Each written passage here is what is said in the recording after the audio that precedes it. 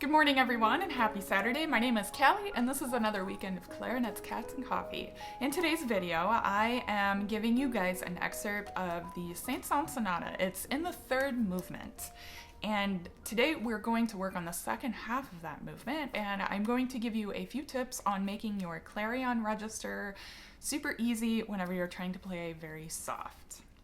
Before we do that, I would like to thank my patrons for supporting my channel. We've got a few more patrons over the past couple of weeks, and I really deeply appreciate it. It makes me super excited to see you guys there. So if you're not already supporting my channel, please consider becoming a patron. You can find the link below in the video description. All right, so I will admit, this is very difficult. It's been a long time since I have worked on this, and this third movement, second half, is just a chop buster. My embouchure, it just really is exhausting. And the challenges that I think all of us face whenever we're working on this is just trying to maintain a smooth, beautiful sound throughout the entire range of the instrument in this clarion and lower altissimo register, crossing the altissimo break, and also in making sure that the articulation isn't too hard or harsh whenever you do have to tongue notes, and also trying to maintain a very smooth, beautiful sound playing legato.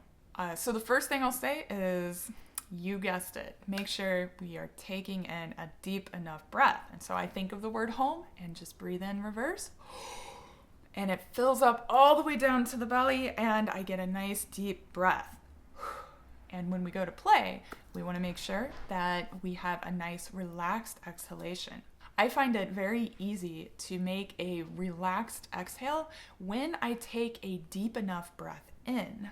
So that's the first thing. And lucky for us, we do have 8 measures of rest between the first half and the second half of this movement. So we have plenty of time to just kind of relax, reset.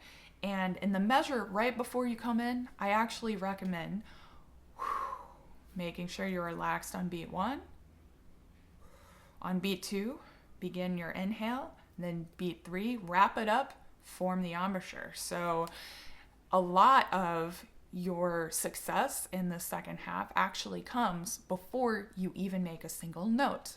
Now, after you start, and this is quite a long haul, I think, in trying to maintain a beautiful sound. So when you begin, you got to make sure that you're just exhaling the whole time. You got to keep the wind flowing throughout the entire thing. Otherwise, any slowdown of air, any movement of the jaw, any constriction of the throat is going to stop the sound. We're playing in pianissimo, so what little bit of air is going through has to be at a very high rate of speed, even though it's at a very low volume.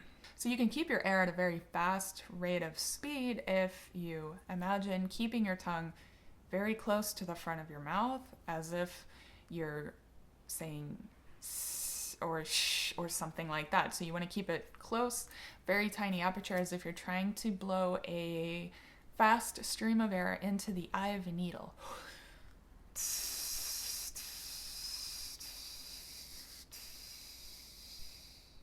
So that'll keep your wind really fast despite the low volume of air that you're blowing.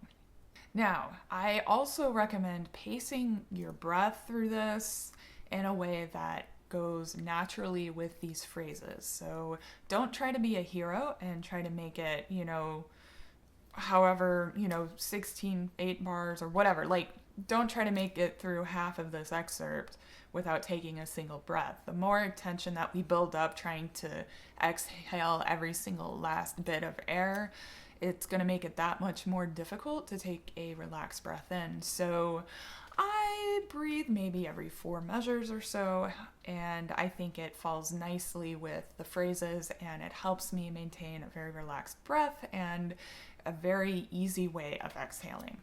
Now, in the first part of this, there's a lot of gentle articulation, and the key to that is to actually blow through the tonguing.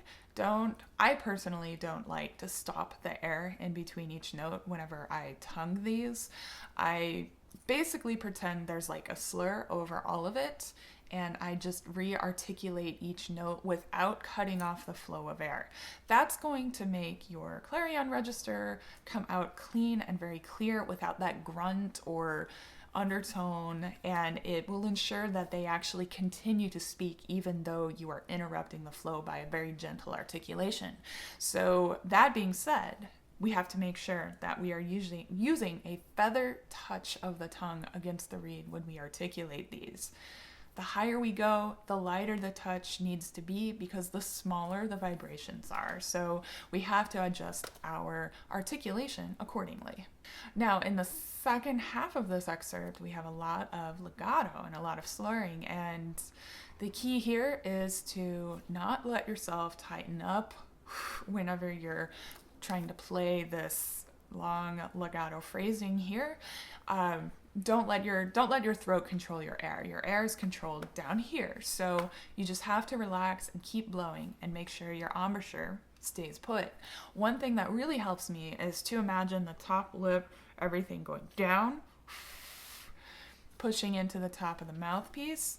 And in a way, it's almost like you're creating a hybrid double lip embouchure. You're not really, you're keeping your top teeth on the top of the mouthpiece, but by increasing the pressure of the top lip, it gives you more control around the mouthpiece without having to constrict the reed. And then last but not least, Saint-Saëns was very generous in the end of this, where he actually wrote in a crescendo to the high E flat, which I recommend taking full advantage of that to make sure that high E flat has enough air behind it so that it speaks very clearly. All right, so this can be played with the Tomplay app. I'm playing this with the Tomplay app here at the beginning of the video. If you use my link for the Tomplay app below, you get a 2-week free trial of their entire database, which is a free trial of their 1-year subscription. And if you continue with your subscription using my link, then I get a commission for that and you get to support my channel. So that's like way cool. So don't forget, there's a Facebook group for Clarinets, Cats, and Coffee. You guys can post yourselves playing this excerpt. You can do it with accompaniment. You could do it without accompaniment. If you have your own accompaniment or even a real accompaniment, that would be really cool. But no matter what, I want to hear you guys play this. I want to hear you sharing this. So please, I've included a link below to the Facebook group as well. Thank you all so much for watching. I hope you have a good weekend, a good week next week, and as always, happy practicing.